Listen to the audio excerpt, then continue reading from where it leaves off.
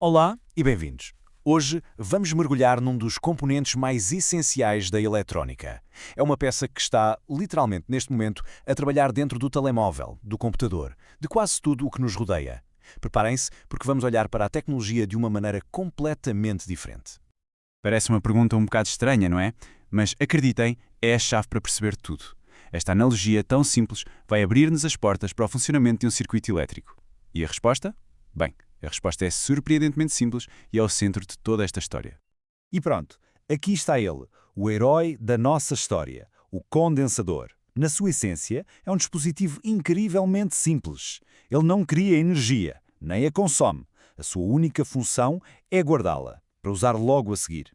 Pensem nele como uma bateria, mas em miniatura e super rápida. E é aqui que a nossa analogia faz todo o sentido. Olhem para isto. O condensador é o nosso depósito de água. A carga elétrica que ele guarda é a água. A tensão é a pressão que empurra essa água. E a corrente é o caudal, a quantidade de água que passa. Com esta imagem na cabeça, tudo o resto vai ser muito mais fácil de entender. Claro que, tal como os depósitos de água, os condensadores não são todos do mesmo tamanho.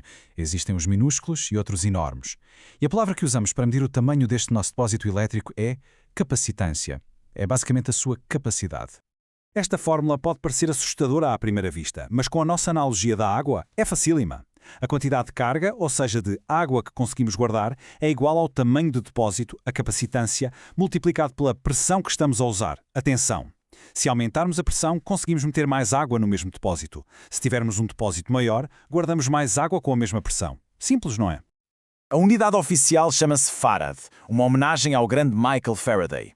O problema é que um Farad é uma unidade gigantesca. Um condensador de 1 Farad seria enorme. Por isso, na prática, usamos sempre unidades muito, mas muito mais pequenas. O microfarad, o nanofarad e o picofarad. É nestas escalas que o mundo real da eletrónica funciona. Ora, um depósito não serve para grande coisa se não o pudermos encher e esvaziar, certo? Com os condensadores é exatamente a mesma coisa. A verdadeira magia deles está na rapidez com que conseguem carregar e descarregar a energia que guardaram. 63,2%. Reparem bem neste número. O que é que ele tem de tão especial?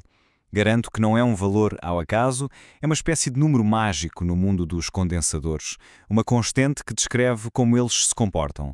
Mas o que é que significa exatamente? E aqui está o segredo. Este número mágico vem da constante de tempo, representada pela letra grega tau. É o resultado de multiplicar a resistência do circuito pela capacitância do condensador. Basicamente, esta constante de tempo diz-nos qual é a velocidade a que o nosso depósito se enche. E ao fim de uma constante de tempo, ele está sempre a 63,2% da sua capacidade. Vamos a um exemplo rápido. Imaginem que temos um condensador de 100 microfarads e uma resistência de 10.000 ohms. A constante de tempo aqui é de 1 segundo. O que é que isto quer dizer? Que ao fim de 1 segundo, o condensador está carregado a 63,2%. E, por norma, ao fim de 3 segundos, ou seja, 3 constantes de tempo, já o consideramos praticamente cheio. Ok, a teoria está percebida. Mas na prática, para que é que serve esta capacidade de guardar e largar energia tão depressa?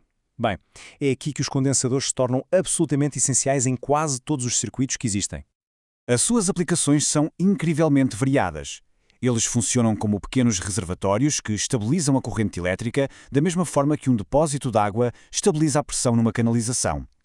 São eles que estão no coração dos circuitos que fazem uma luz piscar, são eles que deixam passar o sinal de música por uma coluna, mas bloqueiam correntes que a podiam estragar, e, claro, são eles que guardam a energia para aquele disparo súbito de luz do flash de uma câmara fotográfica. Este gráfico mostra uma coisa fundamental de forma muito clara.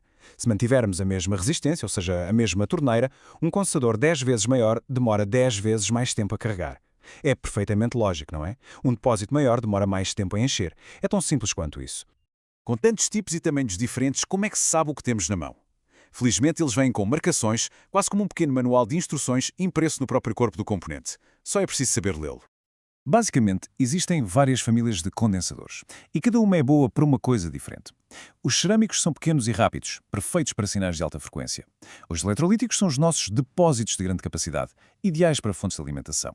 Os de polímero são uma versão mais moderna e resistente, e os de poliéster são ótimos para circuitos de áudio. A escolha depende sempre do trabalho que tem de ser feito.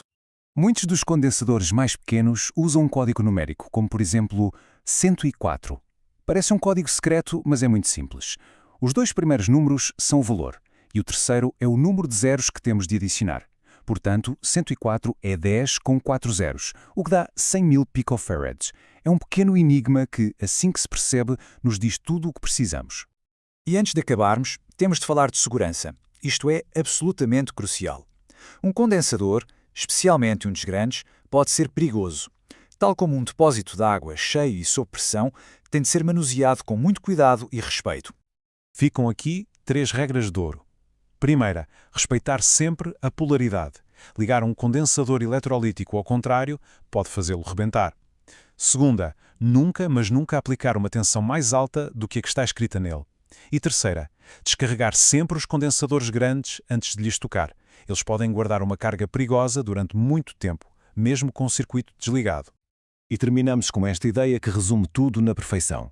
Os condensadores não são só depósitos passivos, eles são, de certa forma, a memória de curto prazo de um circuito.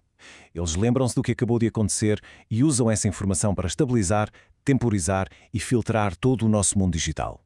Na próxima vez que pegarem no aparelho eletrónico, lembrem-se dos pequenos depósitos de água lá dentro, a encher e a esvaziar milhões de vezes por segundo para que tudo funcione.